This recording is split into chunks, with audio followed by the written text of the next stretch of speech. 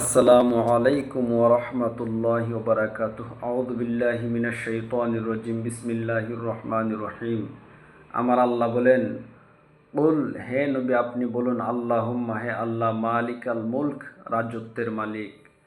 আমার আল্লাহ বলেন যে কুল, হে নবী আপনি বলুন, আল্লাহুম্মা, হে আল্লাহ, মালিকাল মুলক, রাজত্বের মালিক, সমুদয় রাজ্যের মালিক।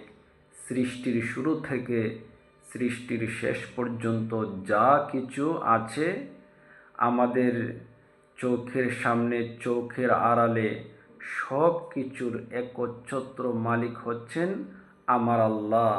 তিনি হচ্ছেন রাজত্বের মালিক, রাজ্যের মালিক, সব কিছুর মালিক। তুতিল মুলকা মান তাশা, আল্লাহ বলেন যে তুতিল মুলকা মান তাশা, তুমি যাকে ইচ্ছা রাজত্ব দান করো। ডক্টর ইউনূস বাংলাদেশে আসবে এরকম সাহসই পাচ্ছিল না। সে আমেরিকা, লন্ডন, বিভিন্ন দেশে ঘুরে বেড়াতো। যখন সরকারের পতন হলো, তাকে ইজ্জত দিয়ে, সম্মান দিয়ে বাংলাদেশের সর্বোচ্চ আসনে বসিয়ে দিল। প্রধান উপদেষ্টার দায়িত্ব সে পেল।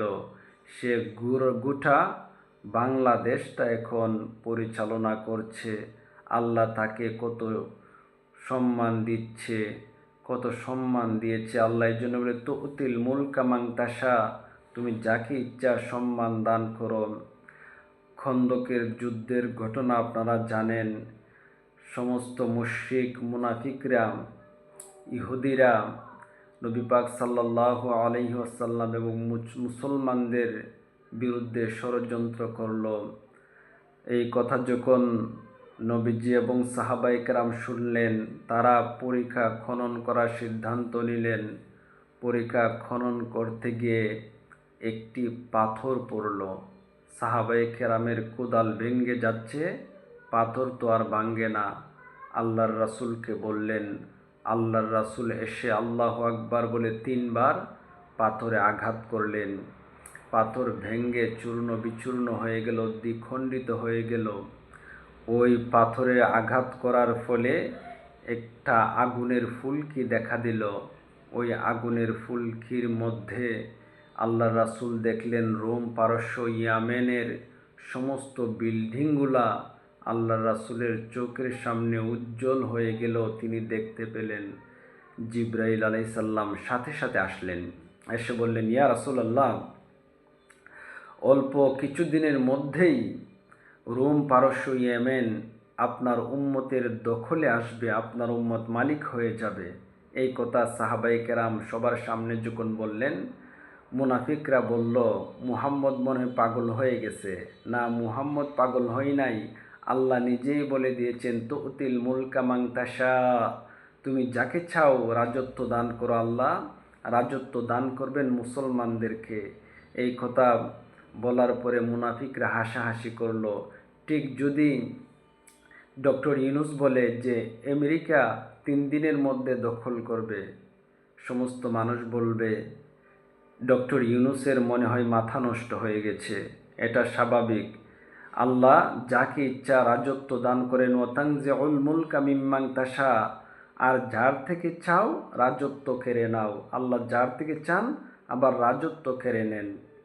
কত জমিদার ছিল, তাদের জমিদারিত্ব চলে গেল। কত রাজা বাদশাহ ছিল, তাদের রাজা বাদশাহী চলে গেল। আপনারা জানেন না, টাকলা মুরাদ, তার পিছনে কত পুলিশ থাকতো, আর্মি, বিডিআর, র্যাব থাকতো। একটা ফোন কল ভাইরাল হয়ে তার মন্ত্রিত্ব, এমপিত্ব চলে গেল, দল থেকে বহিষ্কার হয়ে গেল। সে কোথায় পালাবে রাস্তা খুঁজে পাচ্ছিল না। সে কোথায় পালাবে রাস্তা খুঁজে পাচ্ছিল না।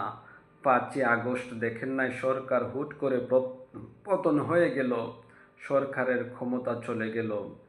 আল্লাহর হাতে সব কিছু। আল্লাহ কাউকে ক্ষমতা দান করেন, রাজত্ব দান করেন, আবার কারো কাছ থেকে রাজত্ব ছিনিয়ে নেন।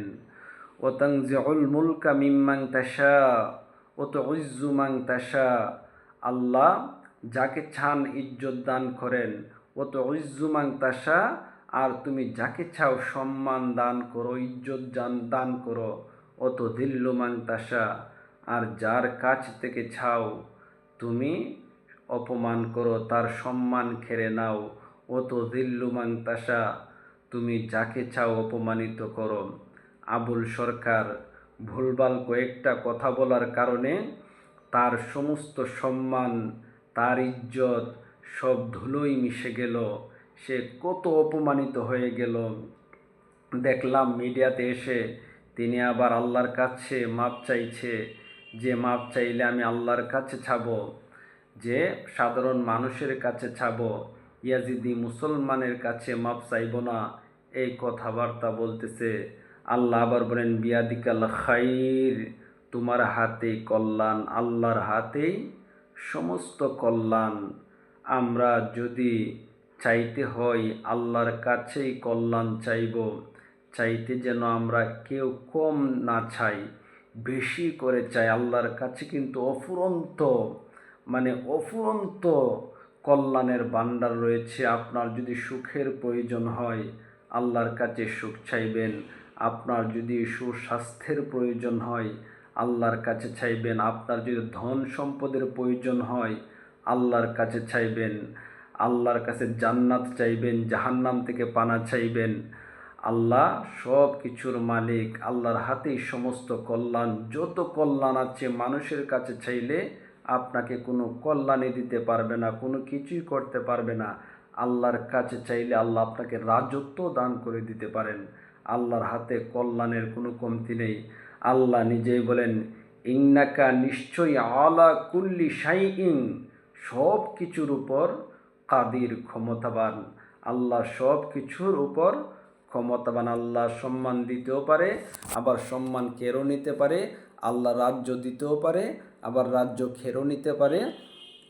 আমরা একমাত্র আল্লাহর কাছে চাইব, আল্লাহর কাছেই চাইব, আর দ্বিতীয় কাহারও কাছে চাইব না।